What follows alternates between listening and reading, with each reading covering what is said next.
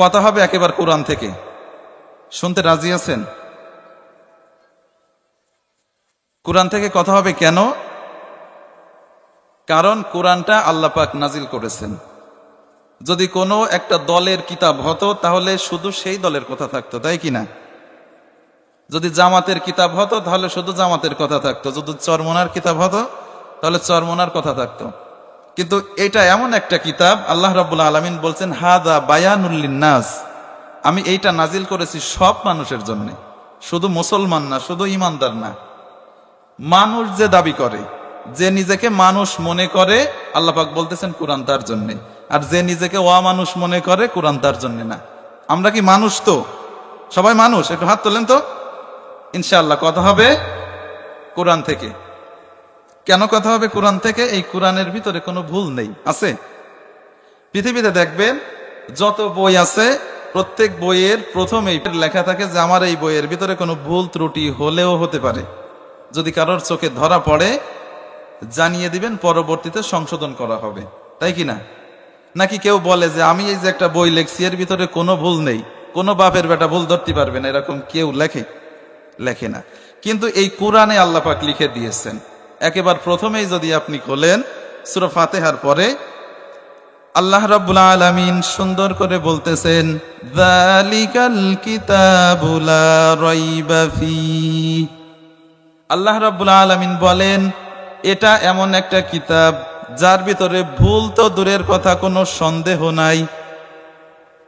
কোরআনের ভিতরে ভুল তো দূরের কথা, কোনো সন্দেহ নাই।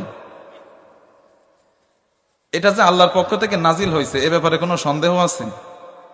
আল্লাহ রাব্বুল আলামিন বলেন ওয়া ইন কুনতুম ফি রাইবিম মিম্মা নাযালনা আলা আবদিনা ফাতু বিসূরাতিম মিন মিথলি ওয়াদউ শুহাদাআকুম মিন দুনিল্লাহি ইন কুনতুম সাদিকিন।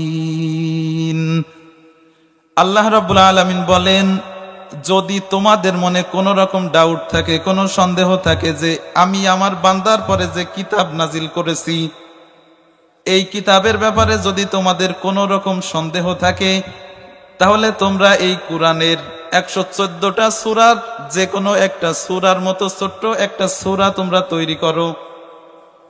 ওয়াদউ শুহাদাআকুম মিন দুনিল্লাহ, আর এই ব্যাপারে তোমাদের যত সাহায্যকারী আছে শুধু আল্লাহ বাদে, আল্লাহ পাক বাদে যত সাহায্যকারী আছে সবাইকে তোমরা ডাকো।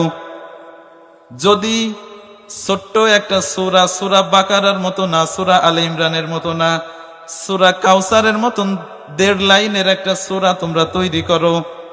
এই 1,500 বছর হয়ে গেছে, ইহুদি খ্রিস্টান সহ বিশ্বে প্রায় 800 কোটি মানুষ আছে, কেউ কি সূরা কাউসারের মতন একটা সূরা তৈরি করতে পারছে? সূরা বাদ দিলাম, আরবি হরফ কয়টি? আমাদের সময় আমরা 29টা পড়ছি, আপনাদের সময় কি 29টা ছিল? 29টা। বয়স্ক যারা আছেন নাকি কম ছিল? এই যে 40-50 বছর আপনাদের কেটে গেছে, কেউ কি একটা হরফ বাড়ায় 30টা বানাতে পারছে? তাহলে আল্লাহ পাক যে কিতাব আমাদেরকে দিয়েছেন একটা হরফও আর কেউ বানাতে পারেননি। এই জন্য কথা হবে এইটা থেকে। শুনতে রাজি আছেন? কোরআন যদি আমরা মেনে নিই আমাদের লাভ আছে, আর যদি না মানি অসংখ্য ক্ষতি আছে। আল্লাহ রাব্বুল আলামিন বলেন ইন্নাল্লাযীনা কাযযাবু বিআয়াতিনা ওয়াস্তাকবারু আনহা লা তুফাত্তাহু লাহুম আবওয়াবুস সামাই ওয়া লা ইয়াদখুলুনাল জান্নাহ হাত্তা ইয়ালিজাল জামালু ফি সাম্মিল খিয়াত ওয়া কাযালিকা নাজজিল মুজরিমিন।